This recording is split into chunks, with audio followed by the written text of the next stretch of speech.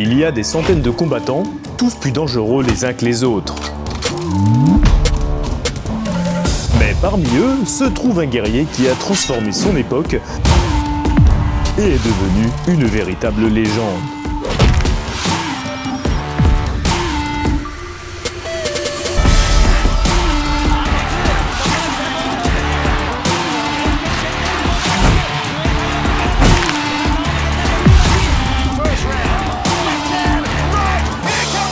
Son nom est Buakaw Benchameik.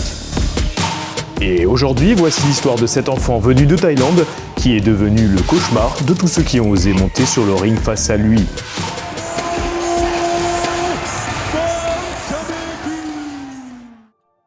Élevé entre les rizières et les difficultés de son quotidien, il commence à s'entraîner à 7 ans.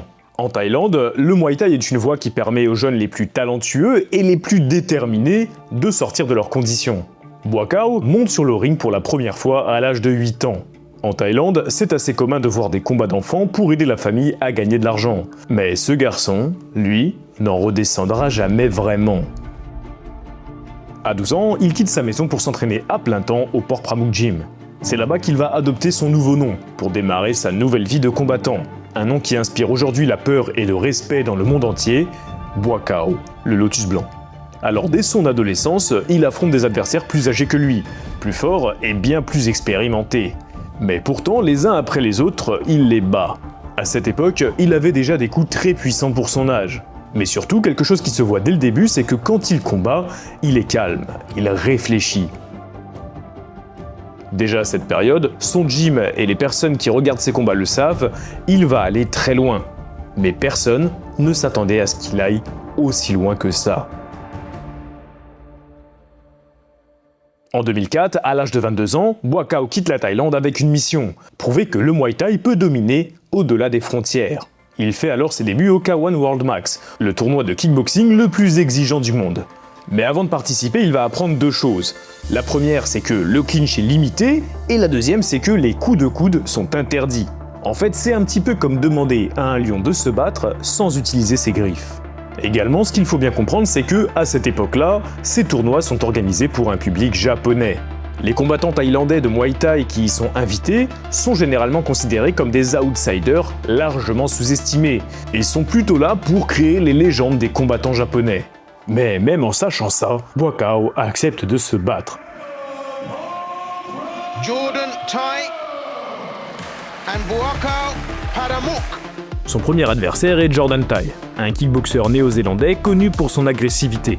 Dès que la cloche sonne, Buakaw dicte le rythme. Il met des low kicks dévastateurs, des contres timés parfaitement, et il met la pression non-stop. New South Wales competition, a win against. There you go.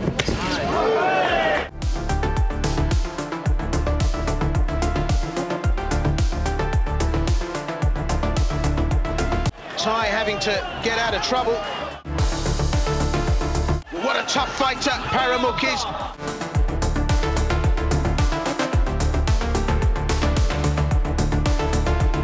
Paramuk just keeps coming forward, relentless. But look at the work Jordan Thai is capable of. Nice, crisp, clean combinations. But does it count for anything when the man in front of you is as intense as the Thai fighter Paramuk is? And Jordan Thai is taking some punishment in this, the second.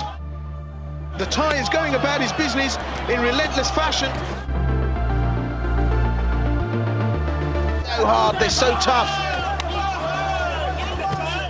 À la fin du combat, Jordan Thai est dépité. Il ne s'attendait pas à prendre une telle correction. Et le public non plus.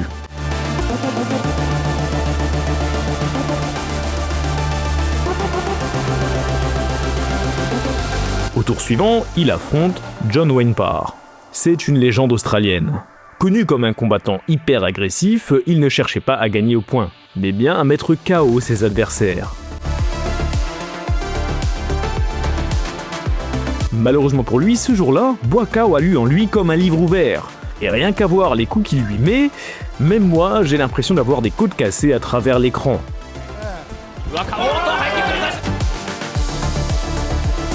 ということにもなりましたけど、この時もパンチがよく顔面を捉えていました。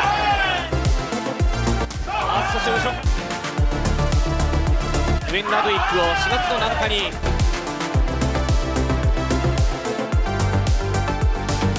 小笠原渉アナウンサーからのリポートでした。Ce jour-là, John Wayne Parr est dépassé, et tout le monde le voit. Mais pourtant, à la fin des 3 rounds réglementaires, les juges demandent une prolongation pour les départager.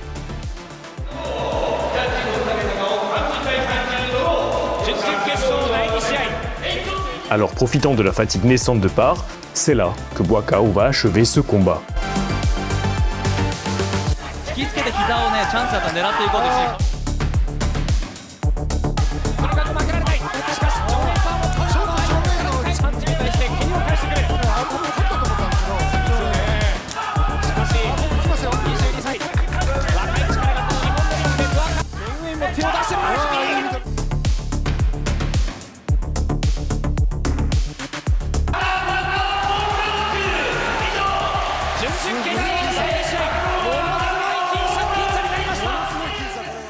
Buakaw arrive donc en demi-finale et il affronte Koei Ruamaki.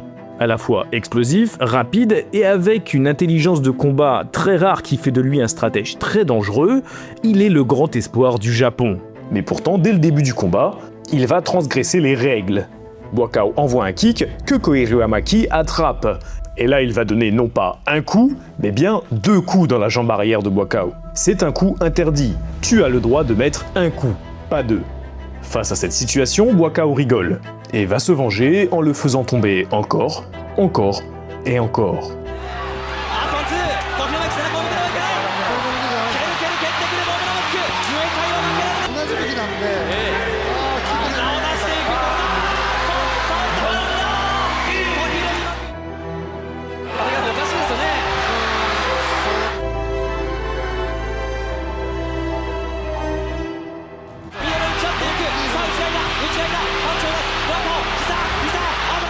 Personne ne s'attendait à ce que l'un des favoris du tournoi se fasse corriger de telle sorte par l'outsider.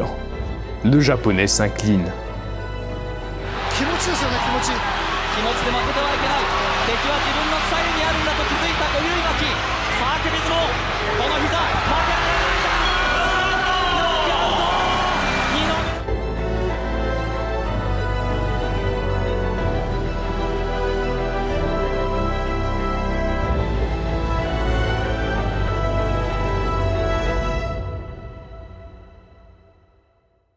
Alors j'aurais pu passer ces 3 combats et aller directement à la finale. Mais ce qu'il faut bien comprendre, c'est que, à cette époque-là, Buakaw, il est largement sous-estimé. Et ces combats, ils ont permis de montrer au public japonais que Buakaw n'était pas là pour plaisanter.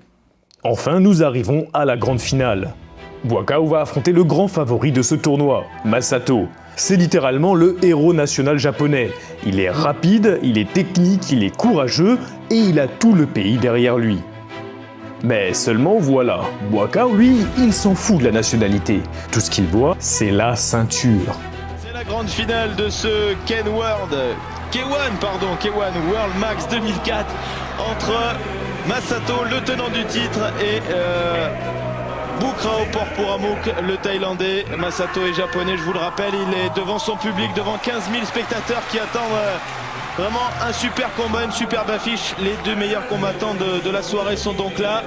Et c'est surtout cet homme que vous voyez à l'image, Bukraw, le Thaïlandais, qui nous a fait la plus grosse impression du tournoi.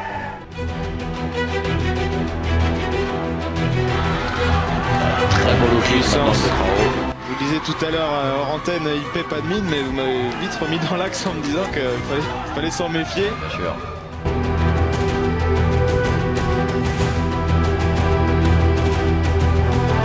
Désorganise complètement Masato, Bukraw, et maintenant il va travailler encore à corps.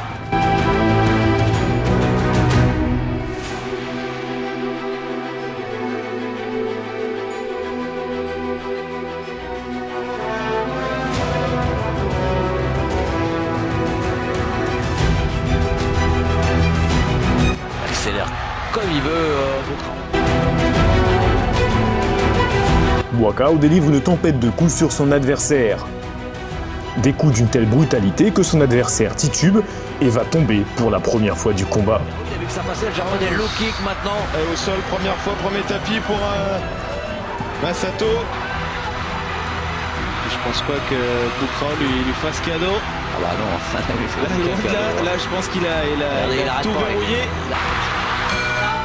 La cloche sonne et à la fin des 3 rounds, ça ne fait aucun doute. Buakaw est le vainqueur incontesté de cette compétition. Mais encore une fois, quelque chose de très étrange va se passer que personne ne va comprendre. Gros, c'est pas possible. Les juges, qui ne veulent probablement pas qu'un Thaï sorte victorieux face à la fine fleur des combattants japonais, déclarent une égalité. Et ce que ça veut dire quand les combattants sont en égalité, c'est que à la fin des 3 rounds, ils doivent en combattre un de plus. Peut-être durant ces 3 minutes que Masato trouvera l'ouverture, mais Ah oui, pourtant, c'est vrai qu'il ne semblait pas y avoir photo. il n'y a pas photo. Hein. Là, c'est complètement stupide de renvoyer Masato pour un 4e round. Enfin, c'est un gros problème. Hein. Je ne pense pas que ce soit rendre service aux Japonais. Hein. Alors, je ne sais pas exactement ce qui s'est passé. Peut-être que les juges pensaient faire un cadeau à Masato, mais au final, ils l'ont juste condamné à se faire torturer pendant 3 minutes supplémentaires.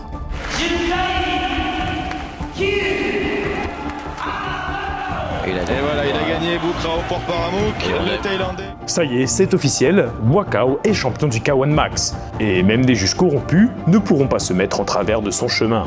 On a tout de suite vu Masato, bien évidemment, qui rendait hommage à son adversaire parce que lui le sait, il l'a bien compris, il a perdu cette rencontre et il ne peut que saluer son vainqueur. Il n'a rien à se reprocher, Masato. Hein. Je le répète, il n'a pas un magnifique tournoi, mais ce soir, il y avait un homme. Suite à ce combat, Buakaw rentre au pays. Il a combattu avec honneur et est reconnu par tous. Mais il ne s'est pas pour autant arrêté ni reposé sur ses acquis. Il a continué à s'entraîner comme un animal, à l'ancienne.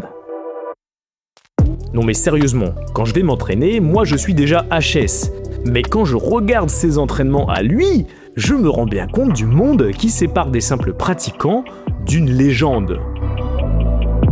Et c'est de tels entraînements qui lui ont permis d'acquérir le switch kick le plus beau et le plus puissant qui existe, qui va devenir le mouvement signature de Buakaw.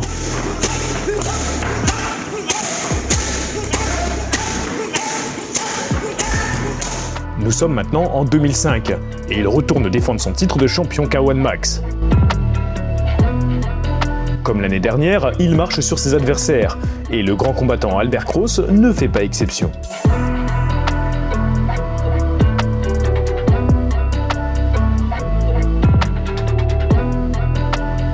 Zastanawiam się, czy nie wziął przykładu z Musashiego. Też mu w wykonaniu była kawa. Że będzie próbował głównie nogami, czy jednak obrońca tytułu mistrza świata. Dane ciosy zadawane z pełną siłą widać.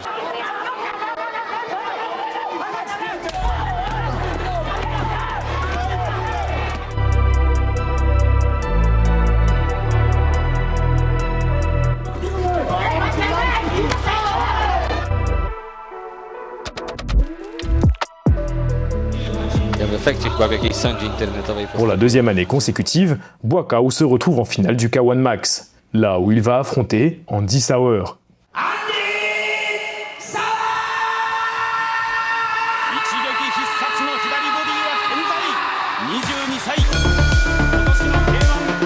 Après à peine quelques secondes de combat, Buakaw place un high kick destructeur qui aurait pu terminer le combat. Après ce coup, Andy Sauer a dû adapter sa stratégie, et le reste du combat est principalement un enchaînement de clinch et de genoux que Buakaw domine.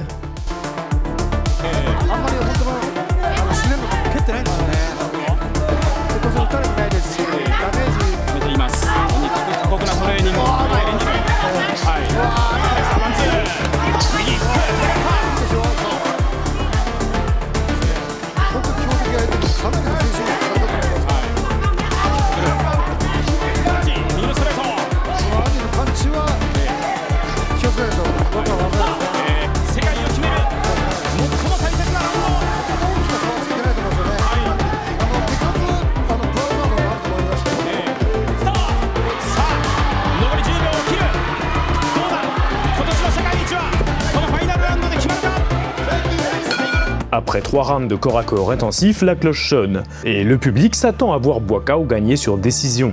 Mais comme dans beaucoup trop de sports de combat, les décisions des juges sont complètement à côté de la plaque, et ils annoncent une égalité.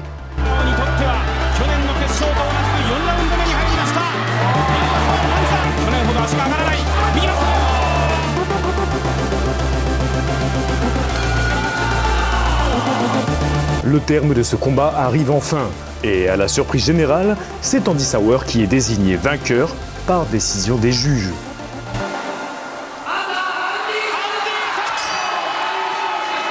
Décision qui a été énormément discutée, mais Buakaw se retire humblement, comme le champion qu'il est.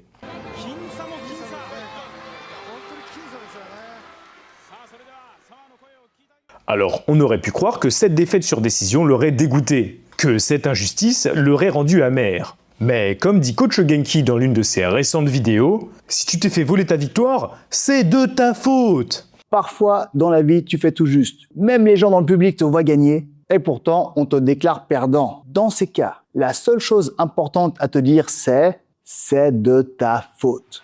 Alors Buakaw va décider de s'entraîner encore plus dur qu'avant. Son objectif est simple, il ne veut plus qu'il soit possible de lui voler une victoire. Il veut écraser ses adversaires et qu'il n'y ait absolument aucun doute sur sa domination, pour que même le juge le plus corrompu ne puisse pas le donner perdant. Et petite anecdote qui mérite d'être dite dans cette vidéo, c'est aussi à cette période qu'il va affronter notre emblème national du Muay Thai, Jean-Charles Skarbowski.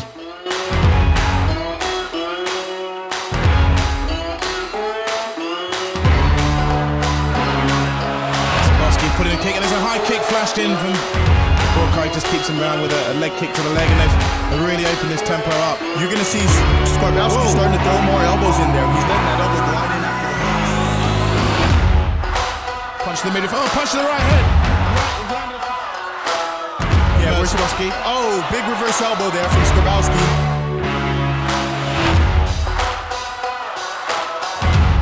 Yeah, I don't know. Oh, he's put him on the ropes there.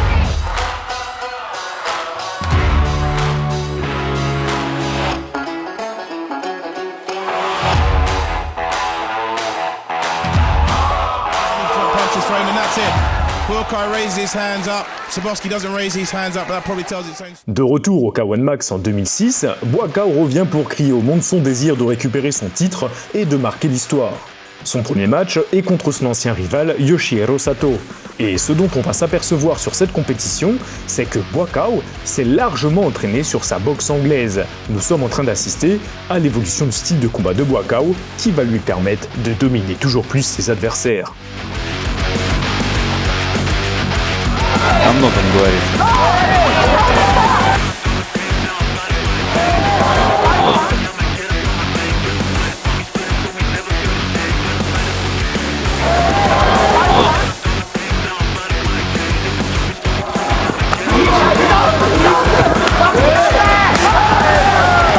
Буакав здесь за своим соперником. Великолепный удар на коротке наносит Буакав.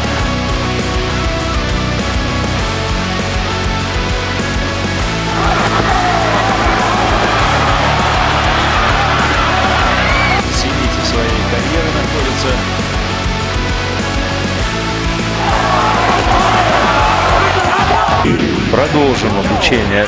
Ну вот, наконец-то, Буакав Порпрамук. Сомнений нет, он выиграл этот бой, но концовка-то какая. Deuxième combat contre Gago Drago. Non, attends, je me suis trompé, c'est pas lui, c'est lui. Autant pour moi. Buakaw a totalement dominé le match et a utilisé toute sa bibliothèque de coups pour contrer le style agressif de son adversaire. Et malheureusement pour Drago, il n'a rien pu faire.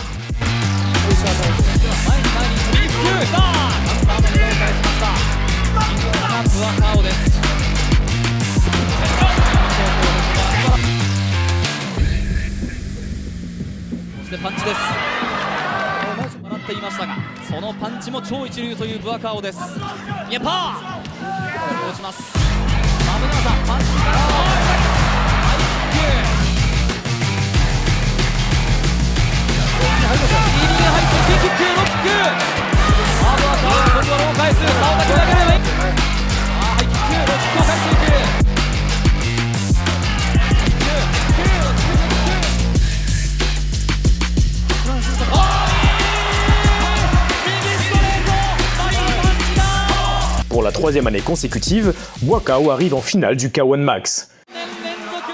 Et quelle finale, quel scénario! Il n'aurait pas pu rêver mieux, parce qu'il va prendre sa revanche face au même adversaire que l'an passé, Andy Souwer.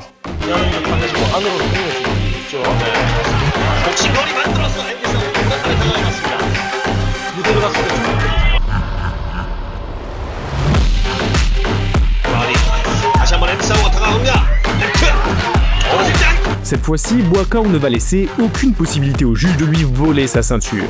Il a complètement détruit Souwer et gagne par TKO au deuxième round.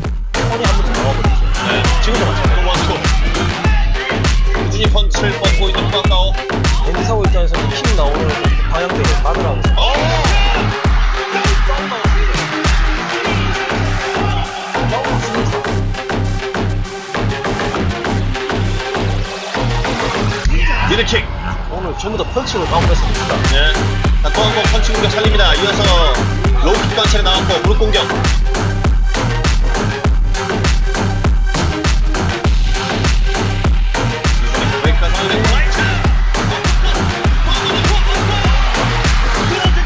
Buakaw arrache la victoire de force après une année d'acharnement inhumain et devient le premier et seul combattant de cette époque à gagner 2 fois le championnat K1 Max.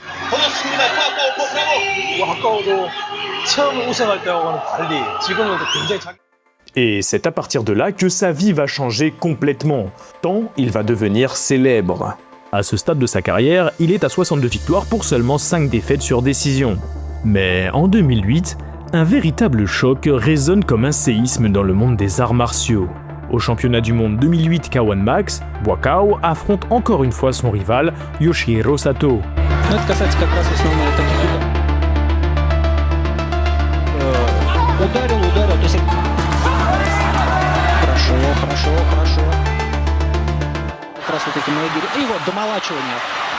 Mais pendant le troisième round, Buakaw reçoit un coup de genou au corps qui lui fera baisser sa garde suffisamment longtemps pour recevoir le coup décisif.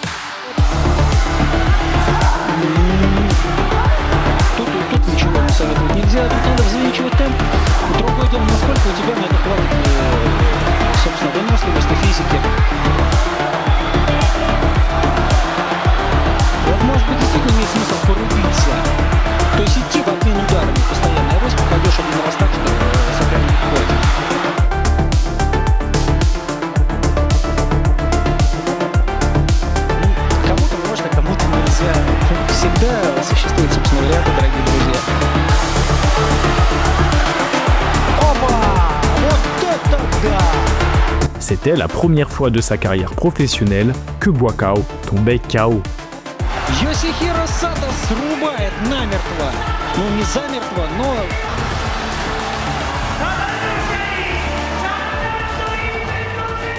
Знаете, я сейчас пытаюсь осмыслить то, что произошло. ครั้งแรกครับที่โดนน็อกในการชกมวยจะได้แก้ไขต่อไป L'année d'après, il revient pour tenter de récupérer son titre. Mais comme un signe des dieux du Muay Thai, cette année va être la plus sombre de la carrière du Lotus Blanc. Making his way from the blue stage, André Dida.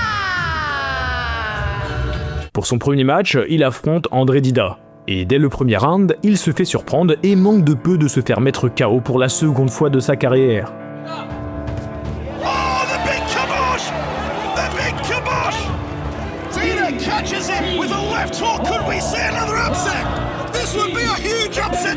Pendant tout le premier round, il se fait malmener, mais heureusement pour lui, il se reprend en main et gagne par la suite sur la décision des juges.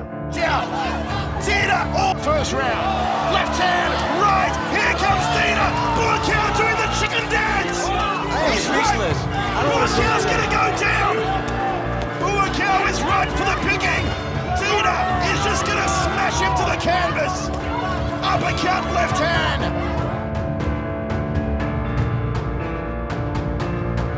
Corner puts him against the ropes, launches an uppercut off the right hand, and another step up near the rib cage.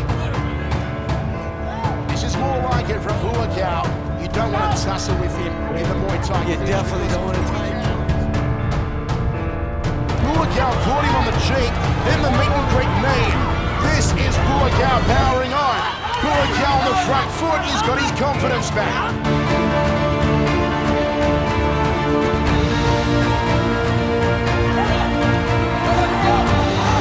Peter almost turned his back.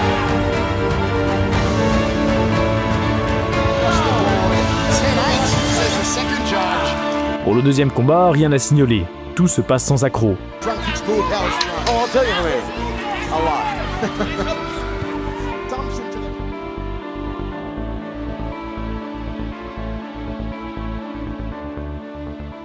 And Buakaw did it easy. Mais le combat suivant, lors de la demi-finale face à son némésis Andy Sauer, est sans doute l'un des combats les plus connus de la carrière de Buakaw.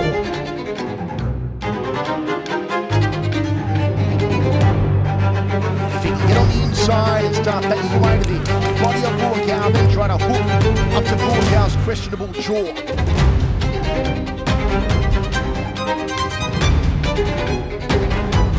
Buakaw a totalement détruit Sauer. Il l'a dominé tout du long, il n'y a aucune hésitation possible. Mais tu te doutes bien que si je te parle de ce combat comme l'un des plus connus de sa carrière, c'est qu'il s'est passé quelque chose. À la fin des 3 rounds réglementaires, quand la décision doit être donnée, tout le monde s'attend à voir Buakaw gagnant. Mais encore une fois, une égalité est prononcée. Même les commentateurs ne comprennent pas. Pour eux et pour tout le monde ce soir-là, Buakaw a gagné les 3 rounds. Oh, come on. We're going extra round. Extension round. Completely unearned. Here's a nice rib kick from Buakaw. Scores for him.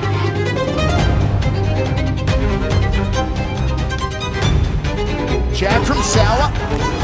Catches up on the forearms. Nice hook outside thigh kick. That does score for Andy Sauer. And so too does the body shot. Good high check from Sauer, but he eats the front kick. Front kick from Andy. Again catches the round kick.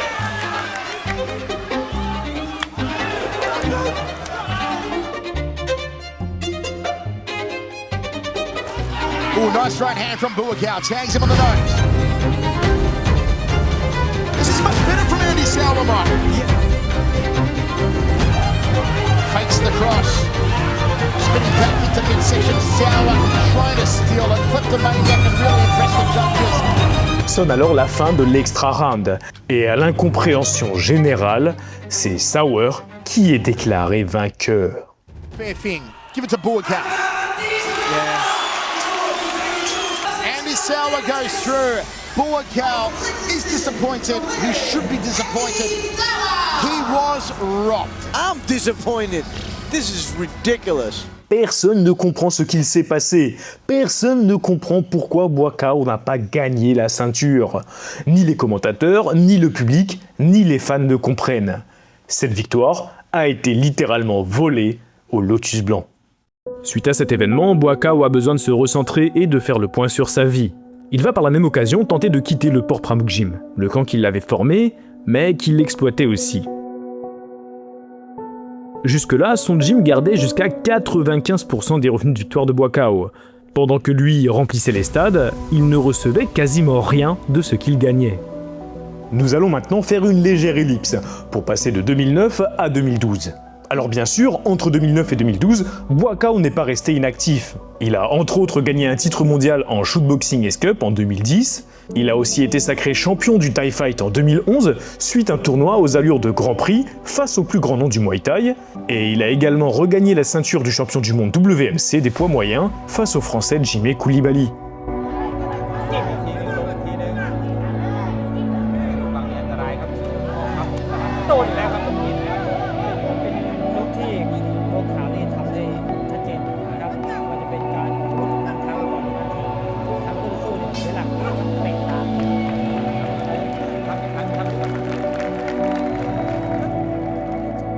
Mais c'est précisément parce qu'il traversait cette période de gloire absolue que Buakaw ne supportait plus son camp d'origine qui lui volait la quasi-totalité des prix qu'il gagnait. C'est pour ça que je trouve pertinent de faire une petite ellipse de 3 ans pour nous retrouver en mars 2012, l'année où il va s'échapper de son gym en prétextant prendre sa retraite. En fait, la réalité, c'est que cette retraite n'aura duré que quelques mois.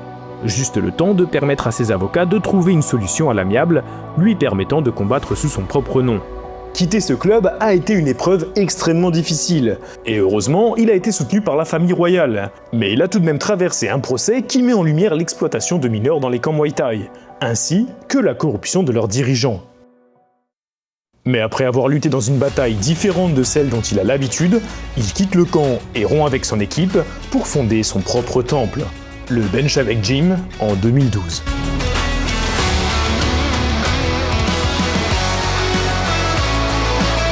C'est un temple dédié à l'art des 8 membres qui a été créé en quelques jours, avec les essentiels et les personnes les plus motivées de son entourage. En ouvrant son temple, il veut non seulement devenir libre, mais aussi construire son héritage. Et surtout, prendre sa revanche sur un système pourri qui l'a exploité, en évitant aux jeunes diamants bruts du Muay Thai de se faire exploiter par des camps douteux. En fait, si je devais décrire l'année 2012 de Buakaw, je dirais que c'est la deuxième partie de sa carrière. Libéré de ses chaînes de son ancien camp, il va enchaîner les victoires par KO entre 2012 et 2014 au tournoi mondial du Thai Fight.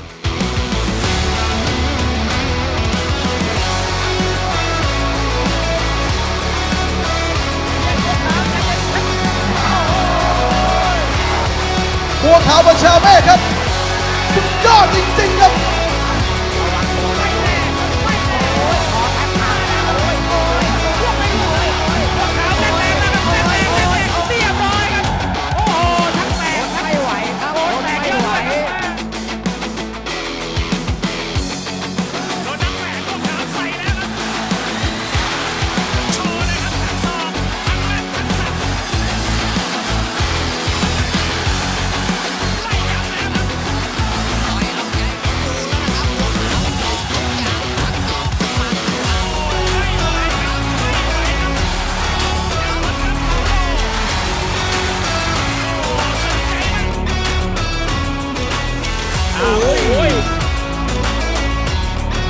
ได้ตลอดเวลาโอ้ยเอามาคัดขวางครับโดนอย่าไปล้อเล่นนะอย่าไปล้อเล่นนะโดนกันแม่ทีสุด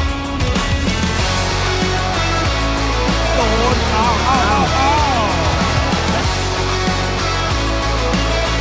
โอ้ไม่ไหวแล้วครับแม่พอแล้วครับพอไม่อยากนับแล้วครับพี่โด่ง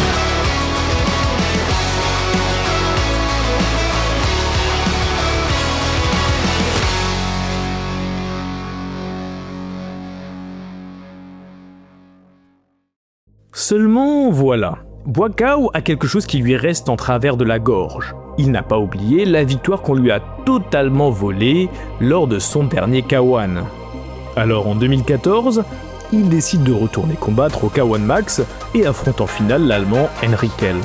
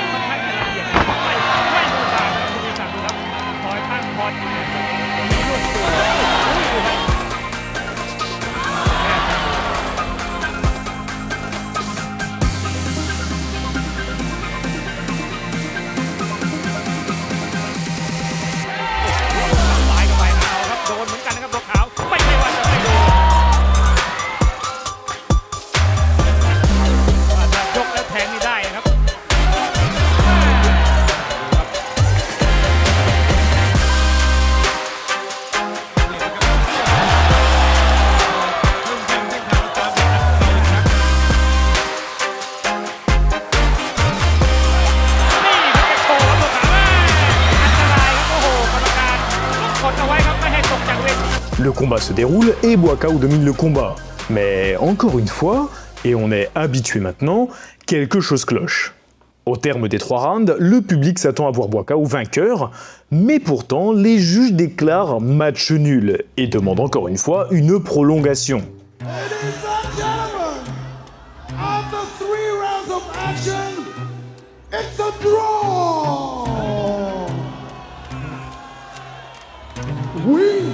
Comme à l'accoutumée, c'est l'incompréhension totale, et dès cette annonce, Buakaw retire ses gants, descend du ring et quitte la salle. Buakaw est alors disqualifié par forfait aux portes du titre du K1 Max. Buakaw has left the building. He forfeits the title.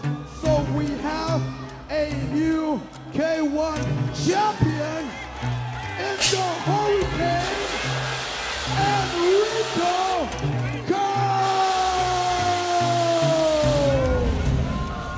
Par la suite, Buakaw a expliqué qu'il refusait de participer à des combats truqués qui ont pour but de faire gagner de l'argent aux parieurs et qu'il préférait laisser au public la décision de l'issue du combat plutôt qu'à des officiels qu'il estime corrompus.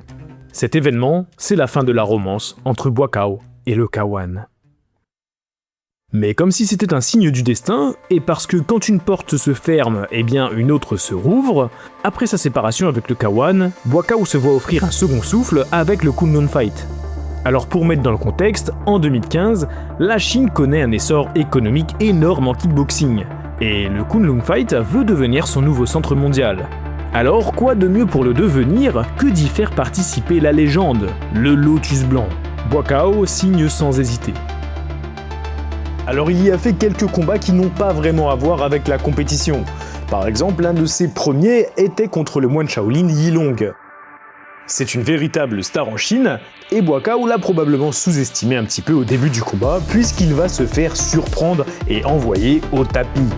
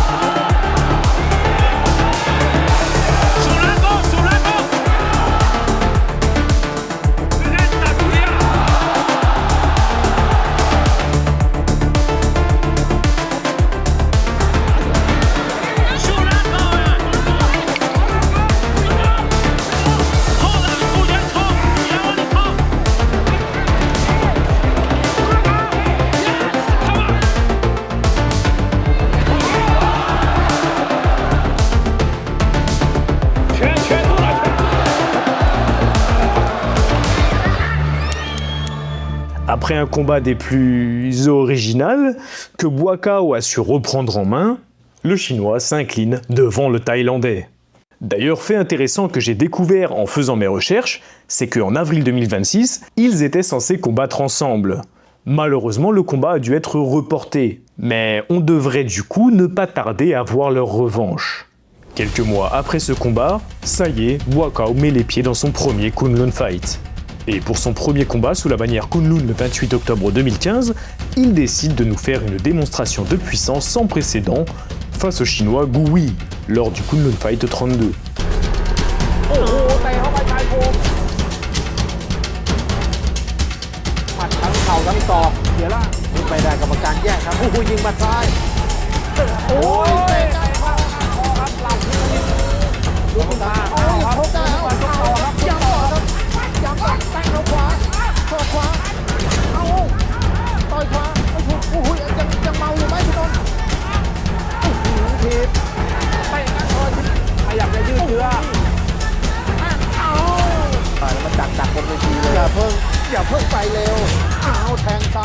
Buakaw fait au public chinois la même impression qu'il avait fait au public japonais 10 ans plus tôt, et gagne par KO au second round.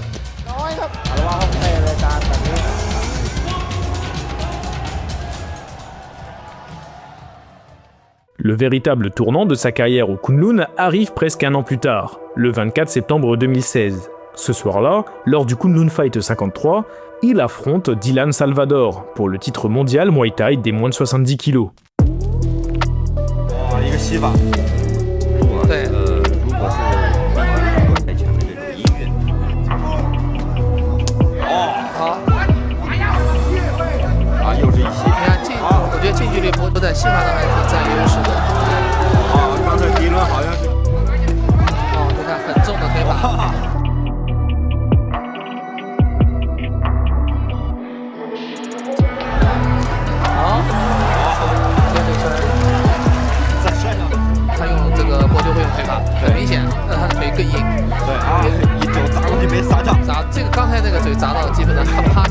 Le combat se déroule et après 3 rounds intenses, la décision tombe. The winner by 比赛结果 Buakaw est champion du monde Kunlun Fight. 胡风胜 The red corner.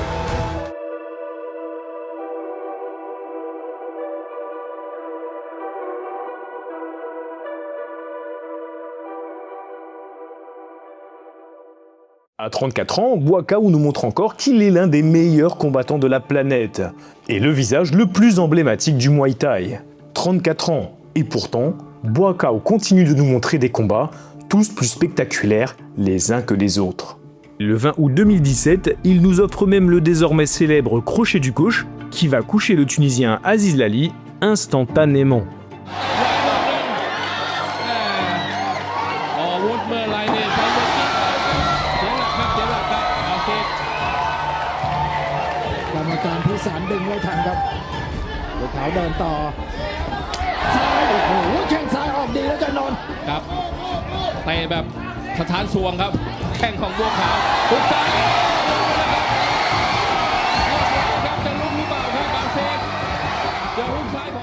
À partir de 2018, les premiers signes du temps se font sentir. Même si Buakaw reste actif, il n'est pas aussi explosif qu'à son époque K1.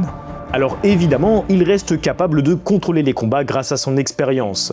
Il continue d'accumuler les victoires, même si les KO se font quand même de plus en plus rares. Pour lui, le temps est venu de transmettre ce qu'il sait. J'ai pas besoin de le préciser, mais Buakaw, c'est un combattant pour qui le Muay Thai, c'est toute sa vie. Et rappelle-toi, il y a quelques années, il avait créé un temple. Et il va décider de le faire évoluer pour créer le Buakaw Village. Il crée une infrastructure propice à entraîner les futurs champions et auquel il peut transmettre sa philosophie et son amour pour le Muay Thai.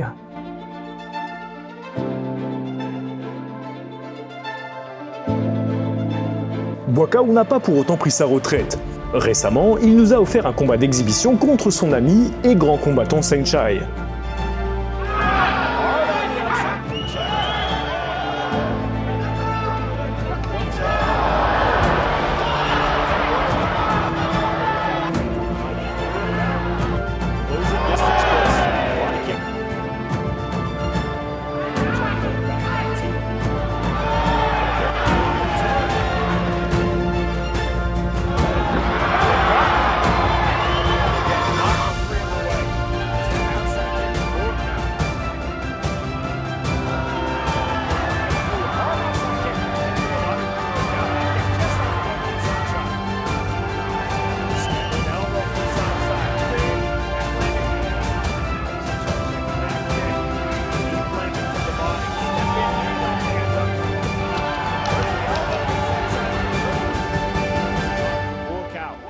Trying the low kick, look for the up knee.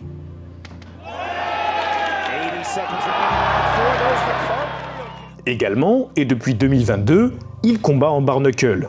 C'est très étonnant et très respectable pour un combattant de 40 ans. Down goes Erkan Varol. Bro looks really hurt. That body shot did its work. Par la suite, il a encore eu quelques gros combats symboliques. Par exemple, contre son vieil adversaire Yoshihiro Sato au Raja, qu'il gagne par KO au premier round. On pourrait aussi parler de son combat en 2024 contre Minoru Kimura, qui finit également en KO au second round.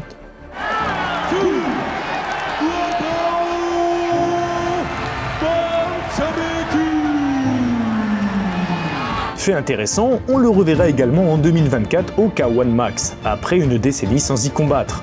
Même s'il n'ira pas plus loin que le quart de finale après sa défaite contre Stojan Koprivensky, ce fut un combat symbolique. Il est revenu aux origines. Et si tu pensais qu'il allait s'arrêter là, rien n'est moins sûr, car il nous a encore montré il y a 2 mois de cela qu'il était encore capable de gagner des combats à 44 ans.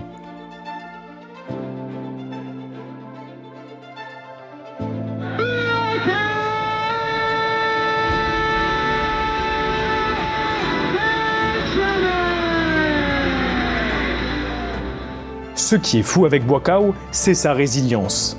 Il s'est fait voler tellement de combats, exploité de tellement de façons différentes, et pourtant, il n'a pas arrêté de progresser. À une époque où on a tendance à toujours pointer l'autre du doigt pour ne pas faire face à nos problèmes, et où le confort nous endort, il reste des légendes pour nous prouver que le sort n'est jamais scellé. Que quand un obstacle se dresse face à nous, nous avons la possibilité de le surmonter. Merci d'avoir regardé cette vidéo, j'espère qu'elle t'a plu. Pense à t'abonner à la chaîne pour me soutenir. Et si tu regardes la vidéo sur mobile, pense à appuyer sur le bouton booster la vidéo qui se trouve juste dessous. Je te dis à la semaine prochaine pour une nouvelle vidéo.